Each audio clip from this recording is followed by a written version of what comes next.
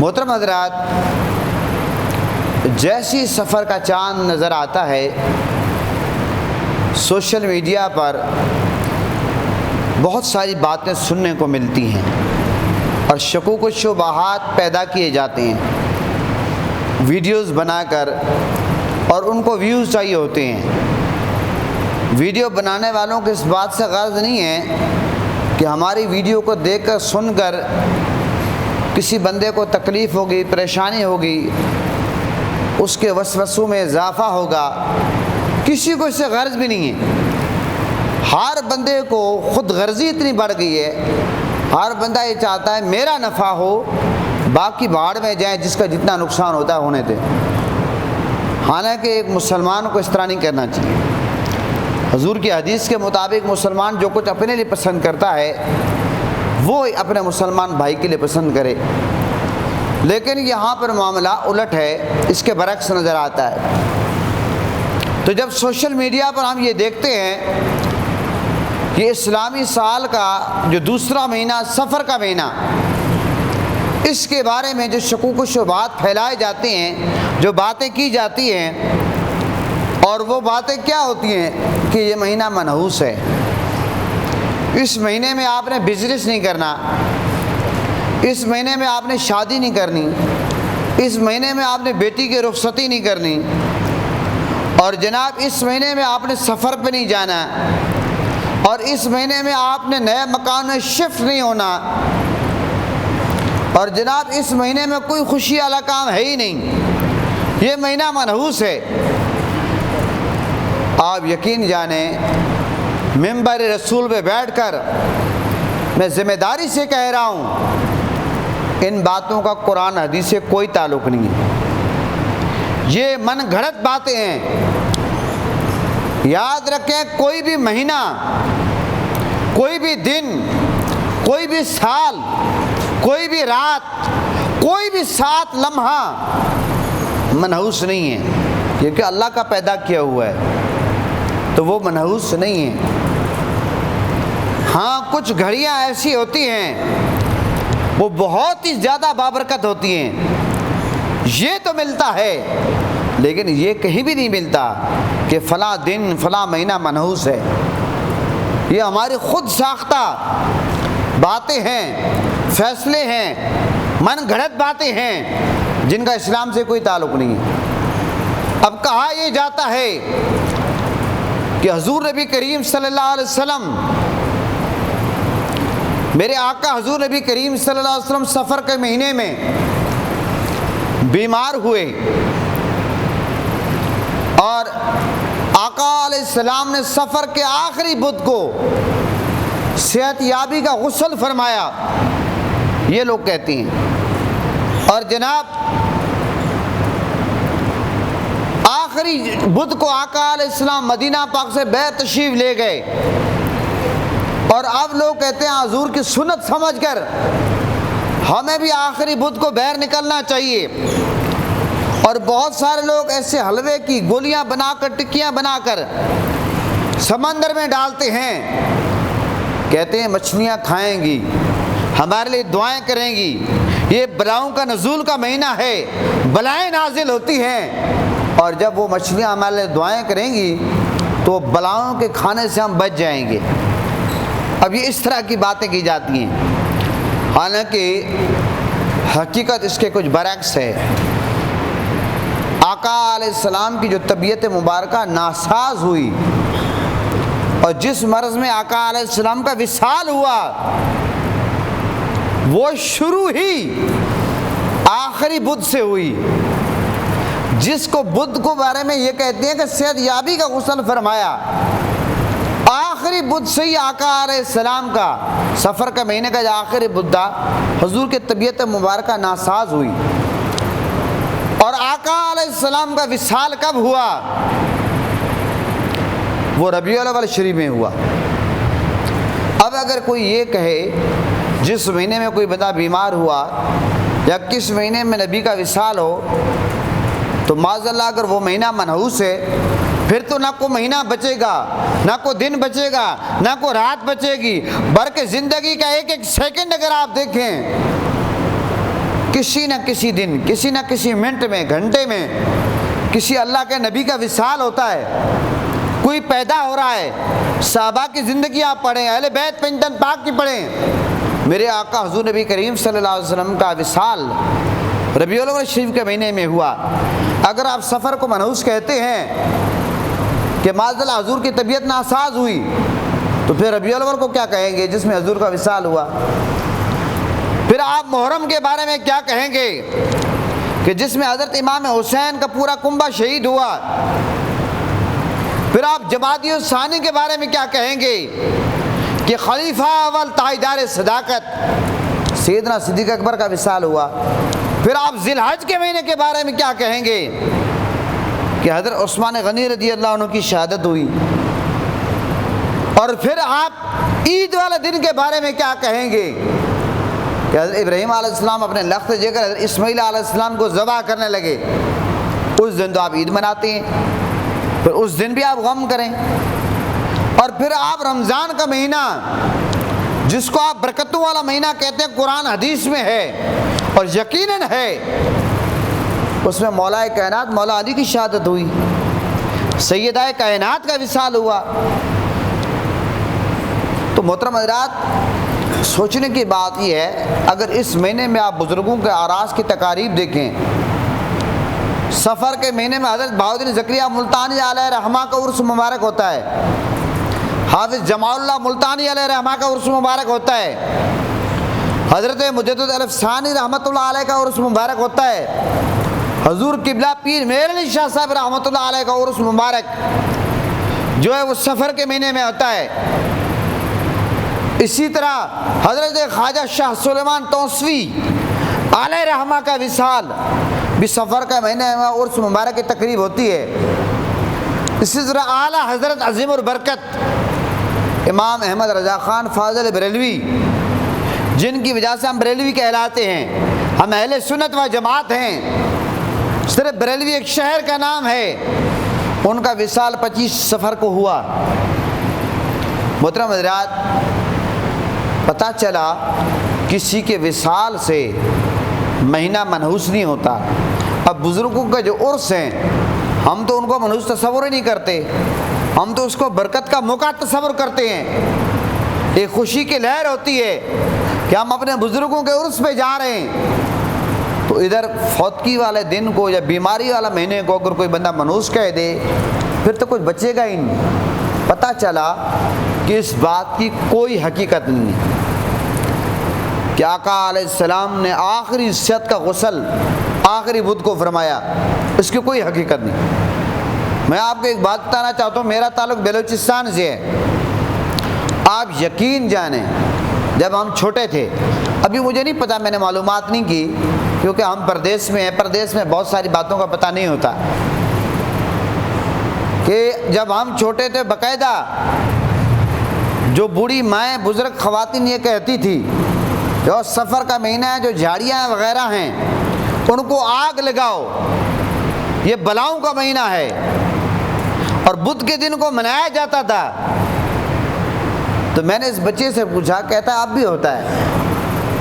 یہ بچہ مجھے جمعے سے پہلے میں نے سے پوچھا، میں نے کہا ہمارے دور میں تو یہ ہوتا تھا اور ہمیں لا علمی تھی، اس وقت ہمیں پتہ نہیں تھا، اور اب بھی ظاہر بہت سارے لوگ یہ کام کرتے ہیں۔ تو یہاں کچھ اور معاملات ہیں اور ہر علاقے کی اپنی ایک رسومات ہیں۔ کاش کہ ہم رسومات سے نکل کر حضور نبی کریم صلی اللہ علیہ وسلم کی سیرت جو اسوہ جو ہے اس کے مطابق زندگی گزاریں، اور اسلام جو ایک مکمل ضابطہ حیات ہے، ہر موڑ پر اسلام جو ہماری رہنمائی کرتا ہے، تو پھر ہمیں اسلام کو پڑھنا چاہیے، قرآن حدیث کو پڑھنا چاہیے، صحابہ کرام اہل بیت پنجتن پاک کی زندگی کو پڑھنا چاہیے، حضور کی سیرت اسوہ کو پڑھنا چاہیے۔ کیا کوئی روایت ایسی ملتی ہے، کیا صحابہ کرام کے ایسے کوئی اقوال موجود ہیں کہ کسی صحابی نے کہا ہو جناب سفر کا جو مہینہ ہے وہ منحوس ہے؟ کسی نے کہا ہو؟ ایسا بالکل نہیں ہے محترم حضرات، ایسا بالکل نہیں ہے، کسی روایت میں نہیں ملتا۔ لیکن اس کے باوجود اگر کوئی بندہ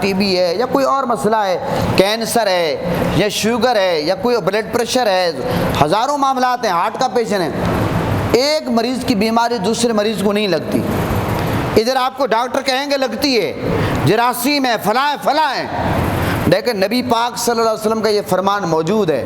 اور جب یہ کرونا کا دن آیا تھا، کرونا کا موقع آیا اور بہت سارے لوگوں کو نفسیاتی مریض بنا دیا گیا میڈیا کے ذریعے، اس وقت بھی ہم نے ٹی وی چینل پہ بھی بیٹھ کر اور مساجد میں بھی یہ بات ہم نے کی ہے کہ کوئی بیماری، ایک بھی مسلمان کی بیماری دوسرے کو نہیں لگتی، یہ حضور کی حدیث موجود ہے۔ اور دوسرے نمبر پر آقا علیہ السلام نے فرمایا نہ بدفعالی کوئی چیز ہے۔ یہ آپ کو پتہ ہے کہ جہالت میں پرانے دور میں یہ فالیں وغیرہ نکالتے تھے، حضور نے فرمایا اس کی بھی کوئی حیثیت نہیں۔ اور نہ الو کا بولنا، آپ کو پتہ ہے کہ یہ پرانی رسمیں تھی جہالت کی کہ اگر الو بول رہا ہے کہتے یہ نحوست ہے۔ سفر میں جا رہے ہیں اور اگر کوئی پرندہ آگے آ گیا، بلی آگے آ گئی، کوئی چیز آگے آ گئی اور الو بول پڑا، کہتے یہ سفر ہمارے لیے ٹھیک نہیں ہے۔ اور پھر ان کا اپنے ذہنی تصورات ہیں، اپنے خیالات کے مطابق وہ ان باتوں کو اپنے سانچے میں ڈھالنے کی کوشش کرتے ہیں۔ کہتے ہیں کہ رائٹ سائڈ سے کوئی چیز نظر آ جائے تو یہ سفر ہمارے لیے بہتر ہے، یہ کام ہمارے لیے بہتر ہے۔ یہ اپنا ان کا کوئی استخارہ تھا۔ اور اگر کوئی لیفٹ سائڈ سے کوئی چیز نظر آ جائے تو وہ چیز ہمارے لیے بہتر نہیں ہے۔ اس طرح کے تصورات، الو بول رہا ہے یہ نحوست ہے، یہ فلاں، بلی آگے گاڑی کے گزر گئی، انسان کے گزر گئی، یہ نحوست ہے۔ حالانکہ احادیث مبارکہ میں اس طرح کی کوئی چیز نہیں۔ اور آقا علیہ السلام نے بدشگونی سے منع فرمایا، بدشگونی سے آقا علیہ السلام نے سختی سے منع فرمایا۔ اور پھر آقا علیہ السلام نے یہ فرمایا کہ نہ مائے سفر منحوس ہے۔ اس حدیث کی چوتھی بات یہ ہے، آقا علیہ السلام نے فرما دیا کہ سفر کا مہینہ منحوس نہیں ہے۔ اب اگر کوئی نبی کا امتی ہو کر اللہ کو وحدہ لا شریک ماننے والا، اللہ کو ایک ماننے والا، اللہ کو نفع نقصان کا مالک ماننے والا، اللہ کو عزت ذلت دینے والا ماننا اور موت حیات کا مالک اللہ کو ماننا، اور پھر نبی کے اس فرمان پہ یقین نہ کرنا، پھر کبھی پرندوں سے ڈرنا، کبھی آوازوں سے ڈرنا، اس قسم کی باتیں اس کی شریعت میں کوئی حیثیت نہیں ہے۔ یاد رکھیں، علامہ زرقانی فرماتے ہیں، علامہ بیضاوی نے فرمایا کہ حدیث میں آتا ہے کہ سفر کوئی چیز نہیں، سفر کوئی چیز یعنی کہ کوئی چیز نہیں، اس کو کوئی منحوس وغیرہ نہیں ہے۔ تو اس ماہ سفر میں باکثرت بلاؤں سے متعلق یہ توہمات ہیں جو لوگوں کے دل و دماغ میں پائی جاتی ہیں۔ تو محترم حضرات، بتانا مقصود یہ ہے کہ ہمیں ان توہمات سے بچنا چاہیے، اور ان توہمات، بدشگونی کے شکار ہونے کی وجوہات اور بھی بہت ساری وجوہات ہو سکتی ہیں۔ سب سے بڑی وجہ یہ ہے کہ ہم دین سے دور ہیں۔ یہ جو آج ہم نفسیاتی مریض بنے ہوئے ہیں، ہمیں اپنے آپ سے ڈر لگتا ہے، ہمیں پنکھوں سے ڈر لگتا ہے، ہمیں انسان کو انسان سے ڈر لگتا ہے۔ اور آپ ذرا انسانوں کی کہانیاں تو سنیں، ہمارے پاس لوگ آتے ہیں دم درود تعویذ کے لیے، لوگوں کی آپ باتیں سنیں، ہر دوسرا بندہ اپنے آپ کو سمجھتا ہے کہ مجھ پہ جادو ہے، ہر دوسرا بندہ یہ کہتا ہے مجھ پہ سایہ ہے، ہر دوسرا بندہ یہ کہتا ہے مجھے نظر ہے، ہر دوسرا بندہ یہ کہتا ہے میرا کاروبار بند کیا گیا، میرا روزگار بند کیا گیا، میرے خاندان میں گھر میں لڑائی جھگڑا ڈالا گیا تعویذات کے ذریعے فلاں فلاں۔ آپ یقین جانیں، آپ کے 100 میں سے کو 2-4 کیس ایسے ملیں گے جو حقیقت پر مبنی ہوں گے، کیونکہ جادو بر حق ہے۔ نبی پاک پہ بھی جادو ہوا، لیکن ہر بندے پہ جادو کون کرتا ہے اور کون کر سکتا ہے؟ نہ ہر بندہ جادو کر سکتا ہے، نہ ہر بندہ جادو کا توڑ دے سکتا ہے۔ اور نظر حق ہے، نظر بندے کو اپنی آپ ہی لگ جاتی ہے، اولاد کی بھی لگ جاتی ہے، والد کو باپ بیٹے کی لگ جاتی ہے، بیٹے کو والد کی، میاں بیوی کے، نظر حق ہے۔ لیکن اس طرح نظر کو دماغ پہ سوار کر لینا، تو بھائی بات یہ ہے کہ ہم کو لاوارث تھوڑے ہیں۔ اگر ان معاملات سے آپ ڈرتے ہیں تو سیکورٹی کے لیے اللہ نے قرآن دیا ہمیں، آپ آیت الکرسی پڑھیں، آپ آخری 4 کل شریف پڑھیں، آپ درود شریف پڑھیں، آپ جتنے پاکیزہ ماحول میں رہیں گے، صاف ستھرے ماحول میں رہیں گے، درود شریف کثرت کریں گے تو آپ خود بخود ان وسوسوں سے بچ جائیں گے۔ تو یہ وسوسے، یہ توہمات، یہ بدشگونی سے بچیں۔ سفر کا مہینہ کوئی منحوس نہیں ہے، بے شمار بزرگوں کے آراز کی تقاریب اس مہینے میں ہوتی ہے۔ آقا علیہ السلام کی طبیعت اس سفر کے آخری بدھ کو ناساز ہوئی، 12 ربیع الاول کو حضور کا وصال ہوا۔ اگر اس طرح سوچیں گے پھر کوئی مہینہ، کوئی دن نہیں بچے گا جس میں کسی کا وصال نہ ہوا ہو یا کسی کی ولادت نہ ہوئی ہو۔ اس لیے ہم سب کا اللہ تعالی حامی و ناصر ہو، ہم سب کو دین اور شریعت کو پڑھنا چاہیے، دین کے قریب آنا چاہیے۔ یہ جو لوریاں آپ لیتے ہیں، یہ میاں محمد بخش کے شعر سن کر آپ جھومتے رہتے ہیں، کاش کہ آپ قرآن حدیث پہ جھومیں، قرآن حدیث پڑھیں۔ جو لوگ قرآن حدیث کا علم رکھتے ہیں ان سے رجوع کریں، ان کا قرب اختیار کریں۔ یہ جو آپ پوری رات بیٹھ کے محفل اختیار کریں، نعت خوانی سنیں، 1 لاکھ روپیہ نعت خوان کو دے کر صبح نماز قضا کر دیں، پھر آپ کہیں گے ہمارے پاس دین آئے گا۔ دین ایسے آئے گا؟ دین اس طرح نہیں آتا۔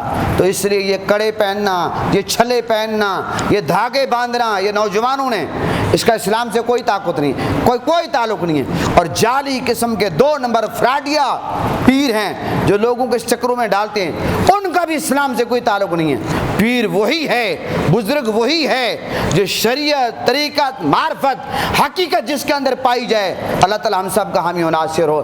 پاکستان کا مطلب کیا؟